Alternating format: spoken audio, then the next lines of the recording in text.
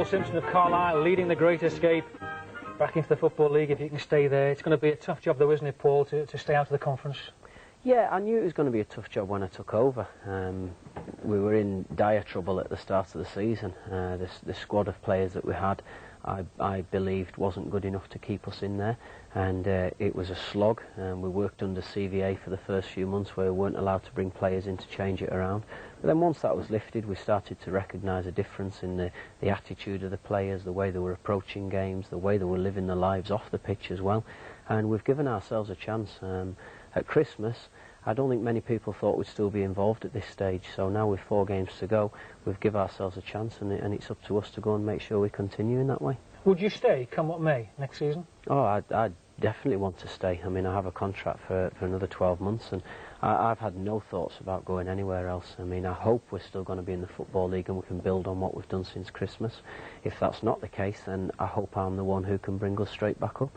You haven't picked the best of jobs to start in. You know, Rochdale and Carlisle have both been very tough jobs for you. I'm sure great experience for you, but you're picking up badges and everything as you go along, and you've got your sports science degree as well, haven't you? So you're getting all badged up properly. Yeah, I'm trying to get as many qualifications as I possibly can. I'm working on my pro licence with the English FA at the moment, and the experience that I've had at Rochdale and what I've gone through this season at Carlisle will definitely stand me in good stead. And I'm learning all the time. I'm speaking to different managers all the time and trying to pick things up about how they do things. I've got a great assistant in Dennis Booth at the club with me now, who's very experienced, worked alongside some very good managers in Graham Taylor, Dr Venglos at Villa, Brian Horton, and Dennis has got a hell of a lot of knowledge about the game, and I'm learning from him as well. And it could be, of course, Rochdale, one of the teams you catch and put in the conference. But you strike me as the kind of person who wouldn't be particularly happy with that kind of revenge, if you like. No, not at all. I mean, I'm not looking for revenge on anybody. I loved my time at Rochdale. It was a very, very difficult situation. There was real high expectations of what we were supposed to be doing at Rochdale, what all the supporters thought we were going to be doing. But again, in pre-season, I recognised that the squad wasn't strong enough.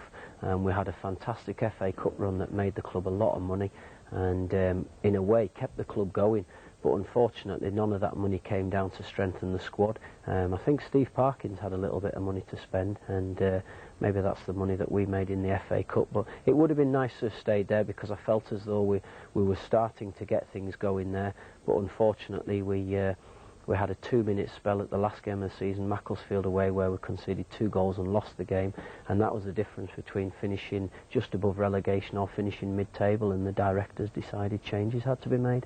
Taking over at Carlisle from Roddy Collins, we can put into context the kind of job you've had to do there, because if you look at your form month by month, you know, a point in August, September you took 4 points, and then nothing in October and November. Yeah, my first game in charge, Cambridge at home, we managed to get a draw. We then went into September, and again, just by sheer fate, we got our first win against Rochdale, and we picked up another point on our travels at Southend. We then had a terrible run where we had 12 straight defeats through October, November, the start of December, and as I said earlier, from December onwards we started picking up points. You should be manager of the month in March, by context, shouldn't it really? But it's just got better and better for you. Is there a danger, I suppose, of the season running out of time? Well, we hope not. We have 4 games, there's enough points to play for, and we've got to make sure we do it right in these 4 games. The thing that I'm trying to say to the players every single day is that yes, we're on a great run, yes, we've shown great form since December, but it'll be worth nothing if at the end of the season it's not enough to keep us up. We've seen your top scorers there. Craig Farrell, you're amongst them, by the way, as well, which is not bad. But Craig Farrell, former Leeds United trainee. Craig he's had a difficult start to the season, and I made a decision to put him on the transfer list early on in the season, trying to, in a way, to give him a bit of a kick up the backside. And he's come into the side since Christmas, and his attitude's been first class. He's 5 in his last 8 games. Yeah, he's a goal scorer, great finisher, likes to score the volleys at the far post. We're trying to get him to score the scrappy, ugly goals. And Craig's a player at the club who I think could go on and play at a higher level, and it's up to him to keep showing it. And I'm saying to the players, whoever it is, show that you can do it for Carlisle United and see what happens after that. And then Brendan McGill, midfielder, former Sunderland youth team player from Dublin.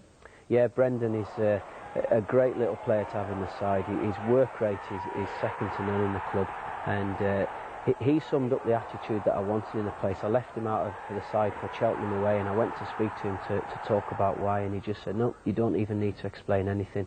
I'll show you that I'll get back in the side. And he's played every game since he got back in. He's scoring goals for us. He even managed to get a header in one of them, and good finishing. And he's a bubbly type of character, and his work rate's infectious and rubs off on other people as well. And the player manager, Paul Simpson, hasn't done badly this season, has he? As well as Brendan McGill and all the rest. 6 goals for you, 37 years old. To be fair, you've always scored goals wherever you've been, haven't you? But I think some of your goals this season have been amongst your best. Yeah, I'm struggling to get the tap-ins now. I used to get a lot of tap-ins when I was younger. I'm having to take the long-range ones at the moment, but I'll settle for those. We need anybody to score goals. We're looking for defenders to chip in if we can. You see Brendan's got a few, I've got a few from midfield, and it all adds to helping us to get out of the mess we're in. You're taking corners as well, free kicks, everything else. How difficult is it to be the manager and the playmaker? Yeah, it's difficult. I never expected it to be an easy job, but there's no way on earth that I'm going to complain about it, because there's thousands, probably millions, who'd swap at the drop of a hat with me. So I'll carry on. I'll keep playing for as long as I possibly can. I'll keep managing. As I said earlier, I've got a good assistant in Dennis Booth. I've got good staff around me, and while I've got them, and while they're being honest with me and saying that I can do a job for the side, I'll carry on playing. Have you felt it necessary to try and score goals for the club this season, sort of necessity that I must try and score, help the club out? I think I've thought that all through my career. I've always wanted to score goals, and you know, it's something that's part of my game. You know, I enjoy scoring goals. I enjoy creating them as well, and hopefully I can get a few more between now and the end of the season. It's a great goal, lovely touch, great strike, you know. Yeah, like I say, I'm scoring the long range ones at the moment. I need to get a few tap-ins. I would class this as a bit of a tap-in, this one. That was a nice one for me. Still, edge of the box. This one was wind assisted. Looks better than it probably was. I had a nice strong gale behind me. Good old Cumbrian weather played its part for us that day. Fantastic, and